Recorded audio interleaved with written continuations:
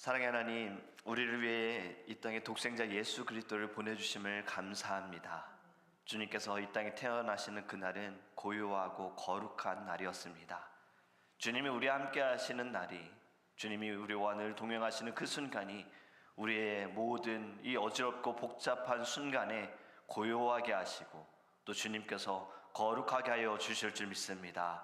오늘의 예배를 통하여서 저희들 단순하게 예수만 믿게 하여 주시옵시고 예수만 바라보게 하시고 단순하게 주님을 의지하며 이 시간에 기도하며 부르짖을 때에 주님의 놀라우신 뜻이 일어날 수 있도록 주님이 함께하여 주시옵소서. 말씀을 통해 깨닫기를 원합니다. 말씀을 통해 돌아서기 원하고 말씀을 통해 새 힘을 얻기 원하고 말씀을 통해 주님의 뜻을 알기 원합니다. 이 시간 성령님 말씀하여 주시고 저희들 안에 주님의 영으로 충만케 역사하여 주시옵소서. 감사합니다. 예수님의 이름으로 기도합니다. 아멘. 오늘 우리에게 하나님의 말씀 사무엘상 19장입니다. 사무엘상 19장 18절에서 24절 말씀입니다.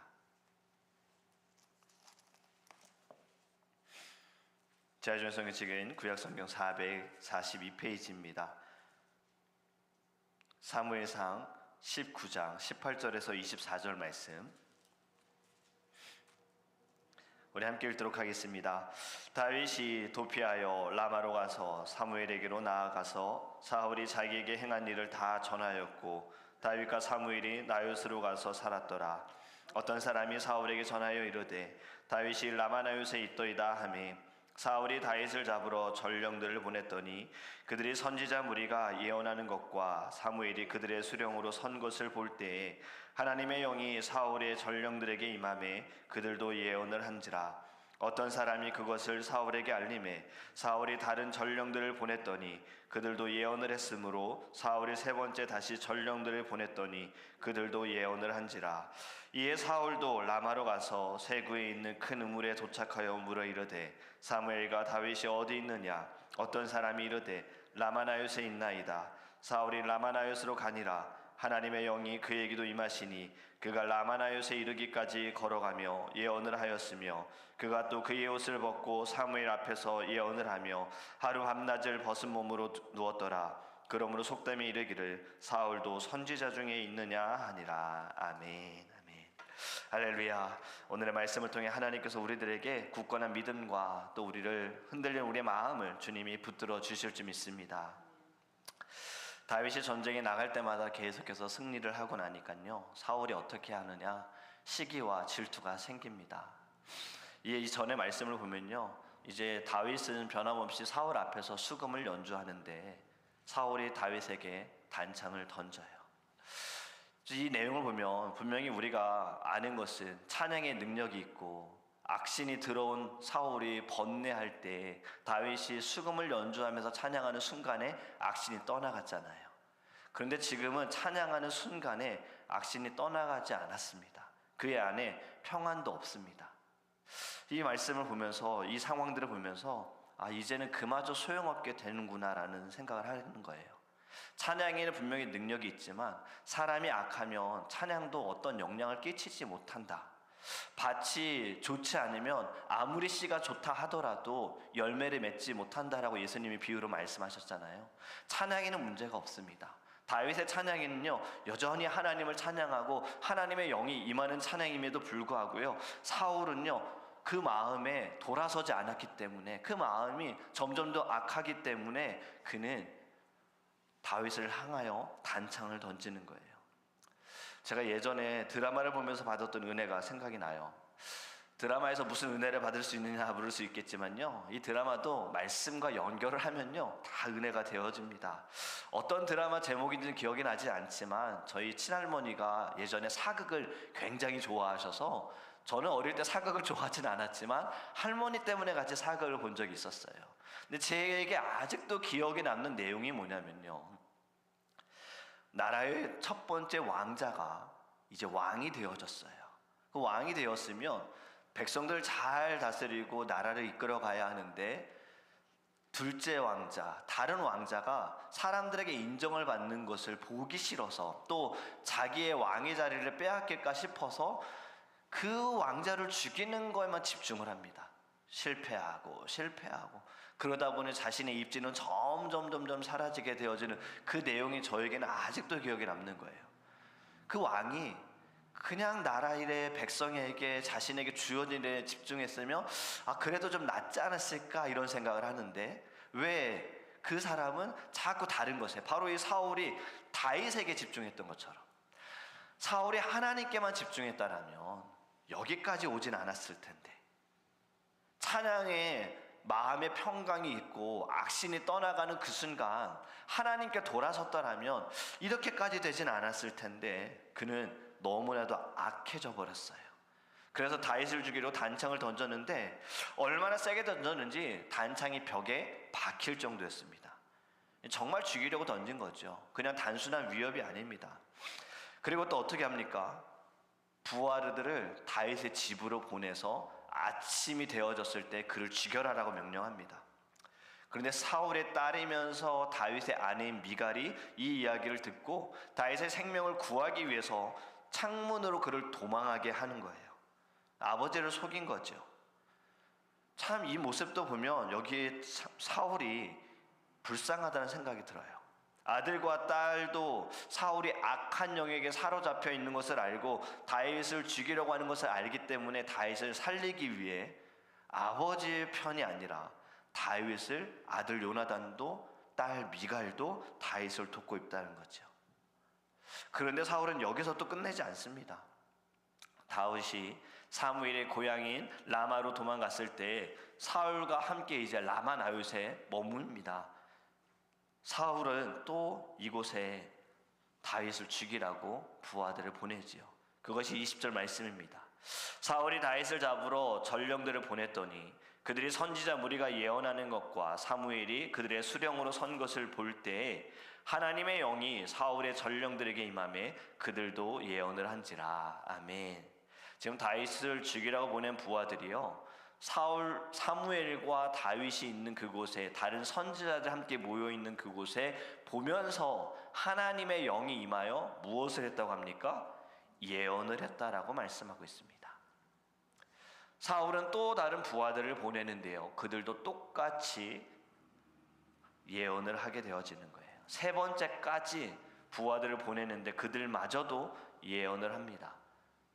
그리고 이제는 자기가 직접 나서야겠다라는 생각으로 사울이 부하들을 데리고 다윗을 찾아가요. 그런데 어떻게 됐느냐? 23절 말씀에 사울이 라마나요트로 가니라 하나님의 영이 그에게도 임하시니 그가 라마나요트에 이르기까지 걸어가며 예언을 하였으며. 아멘. 사울에게도 하나님의 영이 임하여서 그도 예언을 합니다. 그래서 별명에 사람들이 볼 때에 속담에 이르기를 사울도 선지자 중에 있느냐라는 이야기가 나올 정도로 예언을 했다라는 거죠. 많은 사람들이 그것을 증인으로 이야기를 하는 겁니다. 여러분, 라마나요트는 어떤 곳이냐? 그 지역이 중요한 것이 아니죠. 지금 누가 모여 있느냐가 중요한 겁니다. 바로 지금 이곳에는요, 사무엘과 선지자와 다윗이 함께함을 통하여서 성령이 충만한 곳이고 은혜가 넘치는 자리이기 때문에 다윗을 죽이려고 목적을 가지고 온 부하들마저, 사울마저도요, 예언을 하게 되어지는 축복의 자리가 되어졌다라는 거예요. 여러분, 우리의 교회가 라마나요트과 같은 곳이 되기를 간절히 원합니다. 우리 성도님도 한 사람 한 사람, 저부터 성령 충만하여서요, 이곳이 믿음의 공동체가 되어져서 어떤 사람이든 이곳에 왔을 때 모든 사람이 하나님의 영이 임하여 하나님의 말씀을 선포하는 거룩한 자리가 되기를 주님의 이름으로 축복합니다. 여러분, 라마나요트이 성령 공동체요, 믿음의 공동체인 거예요. 다윗과 사무엘과 함께 선지자들 무엇을 했겠습니까? 기도했지요. 하나님을 예배했을 거예요. 그럴 때 하나님의 영이 이들 가운데 임하였고 어떤 목적이든 상관이 없는 거예요. 이곳에 오는 사람들이 그들을 보자마자 하나님의 영이 그들에게도 임했다라는 거예요. 여러분, 이것은 정말 놀라운 사건이고요, 우리에게 주시는 참 교훈이라고 생각을 합니다. 전에 이러한 이야기를 들었어요. 어떤 교회에서 전교인 수련회를 갔었는데요, 이제 아이들과 따로따로 떨어져서 예배를 드린 거예요. 저녁 예배 때 이 교회에서 예배할 때 정말 성령님의 그 역사하심이 성도님들 가운데 임재가 되어졌는데, 끝나고 어떤 일이 있었냐면은 그 옆에서 예배를 드리던 아이들도 같이 성령에 충만하여 아이들이 방언하게 되어졌다라는 그 소식을 듣게 된 거예요. 여러분, 이것이 어찌 가능하느냐? 하나님의 영이 임하시고 하나님의 영이 역사하시면요, 어린아이고 상관이 없는 겁니다. 은사를 받고 성령에 충만하면요, 나이와 상관이 없고 남녀와 상관이 없는 거고요, 어떤 사람이든 상관이 없다라는 거예요. 그렇기 때문에 우리의 이 자리가 거룩한 공동체, 믿음의 공동체, 기도의 공동체가 되어졌어요. 정말 상처받고 어렵고 힘들고 지쳐있는 심령들이 우리의 만남을 통해 이 자리를 통하여서 하나님의 영이 그들에게 임하기를 우리 함께 기도하기를 원합니다. 여러분, 자리가 그래서 중요한 거예요. 어떠한 자리에 있느냐가 정말 중요한 거예요. 예배의 자리도요, 중요합니다. 뒷자리보다는 앞자리가 더 좋은 자리인 거예요. 왜냐면 저도 뒤에 앉아봤어요. 그런데 예배에 집중하기 좀 어렵습니다. 왜 그럴까요? 앞에 앉아있는 사람들이 다 보이거든요. 앞에서 하는 행동들도 보이고 저분의 머리 스타일도 보이고 다 보이기 때문에 조금 집중하기 어려워요. 그런데 맨 앞에 앉으면요, 보일 데가 없어요. 저밖에 안 보이는 거예요. 그래서 자리가 중요한데, 여러분, 성경에서 말씀하는 내용도 자리와 관련된 것들이 많습니다. 우리는 죄의 자리에서 벗어나서 하나님의 역사하시는 은혜의 자리에 앉아 있어야 하는 거예요. 사울처럼 죄의 자리에 계속 앉아 있으면요, 악신에게 지배를 받을 수밖에 없어요. 아무리 찬양이 뜨겁다 하더라도, 말씀이 은혜가 넘친다 하더라도요, 죄의 자리에 있기 때문에 계속해서 악령에게 끌려다녔던 거지요. 그래서 성경이 복 있는 사람은 오만한 자의 자리에 앉지 아니한다. 왜 자리란 말을 했습니까? 오만한 사람이 아니다라고 말하면 되는데 오만한 자의 자리에 앉지 아니한다라고 했어요. 그것은 결국에는요, 축복의 자리, 은혜의 자리, 거룩한 자리에 있어야 할 줄 믿습니다. 다윗은요, 죽을 수 있는 자리에서 사무엘, 주의 종이 있는 자리로 나아가니 그도 하나님의 영이 임하여 선지자들과 함께 예언하는 놀라운 은혜 가운데 그도 서 있게 된 것이에요. 여러분이 성령 공동체는요, 놀라운 영향력을 끼치게 될 줄 믿습니다. 새벽에 기도하는 우리 성도님들, 지금 이곳을 기도의 자리로 만들고 있는 거예요. 교회는 만민이 기도하는 곳이다 라고 예수님이 말씀하셨어요. 교회의 목적이 그렇습니다. 그런데 기도하는 사람이 없다면 교회는 교회답지 못한 거지요. 교회는 지금 여러분들이 기도로 채우고 있고 기도로 세워가고 있는 거예요. 새벽에도 기도하시고요, 시간이 되실 때마다 여러분 언제든 이곳에 와서 하나님께 기도하기를 간절히 원합니다. 그러할 때 이곳은요, 기도가 계속 쌓이게 되어지는 거예요. 성령의 영, 하나님의 영이 이곳에 충만하여 너무나도 넘쳐나서 하나님께서 우리 모두의 마음을 새롭게 하여 주시옵시고 우리의 모든 죄를 깨닫고 하나님께 돌아가게 할 줄 믿습니다. 그리고 저는 이 말씀이 또 너무나도 은혜가 되어지는데요, 사울이 라마 나요세 와서 하나님의 영이 임한 것은 아닙니다.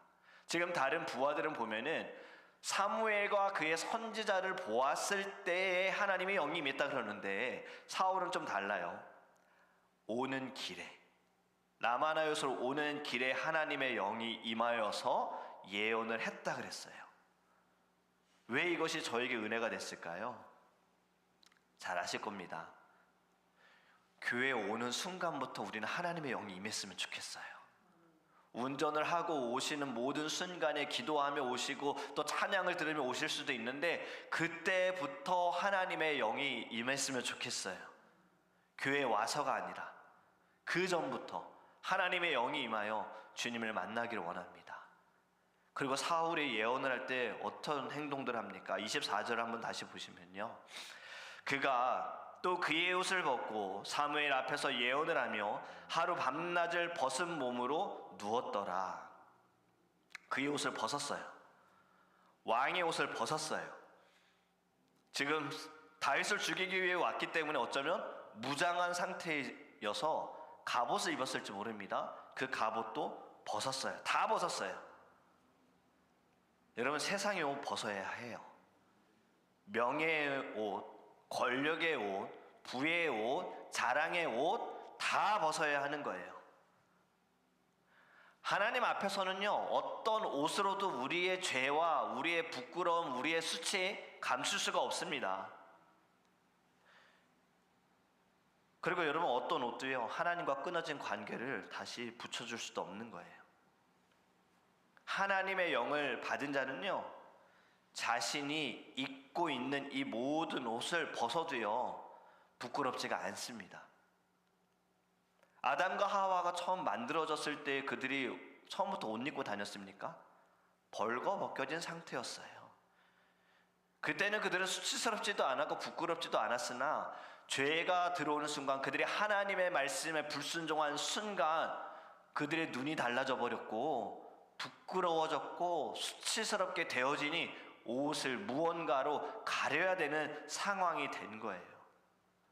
그런데 지금 사울은요, 하나님의 영이 임하니요, 자기가 왕이라는 신분 다 상관이 없는 겁니다. 그냥 옷을 다 벗어버리고요, 하루 종일 벗은 몸으로 사무엘 앞에서, 주의 종 앞에서 예언을 했다라는 거예요.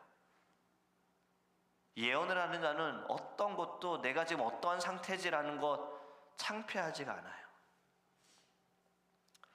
여러분, 어떤 은사 집회들을 보면요, 이 목사님이 기도하면서 성도님들을 향하여 이렇게 뻗거나 손만 대셔도 쓰러지는 모습들을 여러분 보셨을지 모르겠습니다. 근데 저도 어릴 때 그런 경험을 한 적이 있어요. 저도 어릴 때 이제 여러 예배들을 교회에서 또 드리기도 하고, 또 집회에도 부모님과 함께 참석을 하면서, 또 부모님이 말씀을 전하시는 곳에도 참석을 하다 보니까요, 다양한 이제 집회를 참여했었는데, 한 번은 이러한 은사 집회를 참여한 적이 있는 거예요. 그때 이제 강사 목사님, 또 저희 어머니도 그때 강사 목사님이셨는데, 목사님들이 이렇게 말씀을 전하시고 같이 막 기도하시는데, 마지막에 안수 기도를 하시는데 막 성도님들 쓰러지시는 거예요. 근데 제가 그 모습을 보면서 저도 이제 기도를 받으려고 하는 상황에, 안 쓰러지면 어떡하지? 쓰러졌을 때 어떻게 쓰러져야지 예쁘게 쓰러질까? 잘못 쓰러져서 다치면 어떡하지? 막 이런 생각이 주일날 말씀처럼 복잡하게 생각을 한 거예요. 그래서 저도 막상 그 앞에 딱 섰는데요, 저희 이제 어머니가 기도를 하시면서 저한테 안수를 하시는데, 저도 모르게 다리에 힘이 풀려서 저도 쓰러지게 되어졌어요. 그리고 나서는요, 지금 앞에서 기도 받기 전에 고민했던 것 전혀 생각나지 않고요, 그냥 하나님만 생각이 나고 하나님께만 기도하고, 막 저도 모르게 막 눈물을 흘리면서 이리 굴렀다 저리 굴렀다 하더라고요. 여러분, 물론 이 은사에만 집중하는 것도 그건 조심해야 됩니다. 근데 하나님이 역사하시면 어떤 은사가 나타날지 모르는 거예요. 어떠한 능력이 나타날지 모르고 어떠한 상황이 나타날지 우리는 알 수가 없는 거예요. 하나님의 영이 임하고요, 정말 내 안에 주로 인한 기쁨이 있고 감사가 있으면요, 내가 지금 어떤 사람이든 상관이 없어요. 나를 사람들이 어떻게 보느냐도 별로 중요하지 않아요. 그냥 하나님과 나와의 그 1대1 관계에서 나는 늘 주님 앞에서 어린아이 같은 심령으로 막 울 수도 있고 울부짖을 수도 있고 어쩌면 막 좋아서 웃을 수도 있는 거고요, 그건 우리는 알 수가 없는 거예요. 중요한 것은 무엇이냐면요, 지금 사울은 하나님의 영이 임할 때 자신이 여기 왜 왔는지도 잠시 잊었고, 자신이 왕이라는 것도 잊어버렸고요, 예언을 했다. 하나님의 말씀, 그 말씀을 그가 선포하며 기도했다라는 것을 우리에게 보여주는 것은요, 사울은 전혀 수치스럽지 않았다라는 겁니다. 여러분, 우리가 이러한 믿음의 공동체가 되었으면 좋겠습니다. 어떠한 사람이든 때로는 세상에서 손가락질 받을 만한 순간이 그러한 일을 행했다 하더라도요, 우리의 공동체에 들어오는 순간 하나님의 영이 임하여 이런 악한 사울마저 예언하게 되어지는 그 놀라운 역사가 우리 가운데 있기를 주님의 이름으로 축복합니다. 어제도 장례 예배를 다녀왔습니다. 7시에 이제 장례 예배가 있어서 같이 그곳에 가서 예배를 드리면서 아마 모두가 다 같은 질문을 하고 예배에 참석을 했어요. 어떤 질문이냐면 바로 왜? 라는 질문이었을 거예요. 그 청년은 36살이라고 그랬잖아요. 아내는 33살입니다. 왜 저 젊은 청년이 갑작스럽게 집에서 그렇게 혼자 주님 품으로 가게 되어졌을까라는 생각으로 다들 예배했을 거예요. 근데 어제 말씀을 전하시는 목사님께서 그 왜라는 질문 누구도 답을 할 수가 없다라고 이야기를 하셨어요. 사실 누가 답을 할 수 있겠습니까? 하나님만이 아시지요. 하나님의 뜻이 있으시니까요.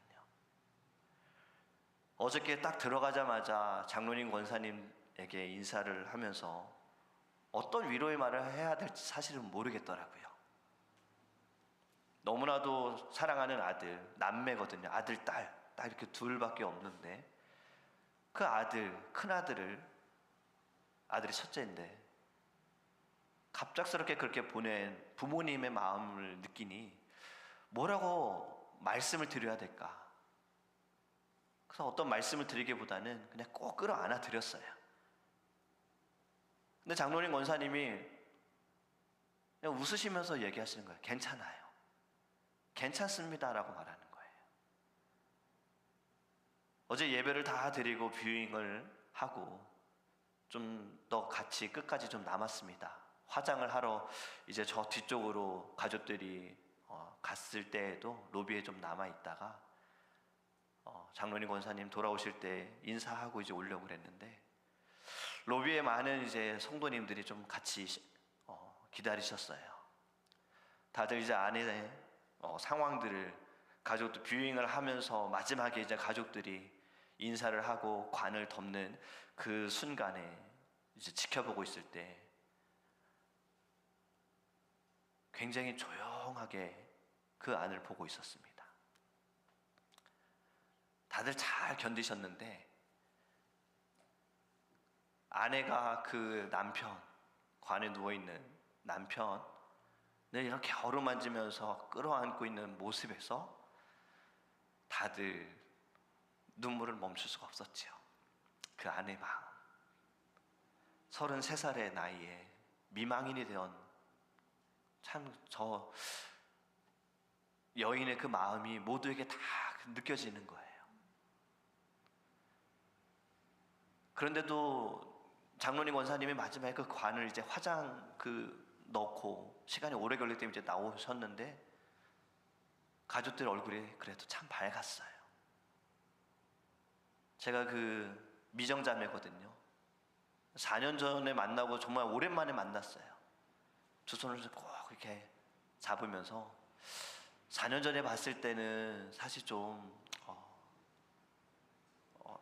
힘들어 보였고 아파 보였는데 지금 이렇게 너무 밝은 모습 보니까 또 4년 동안 어떻게 지내왔는지 오늘 참 저에게 큰 위로를 줬다라고 하면서 늘 생각할 때마다 기도하겠다라고 그렇게 위로의 말을 전하고 왔어요.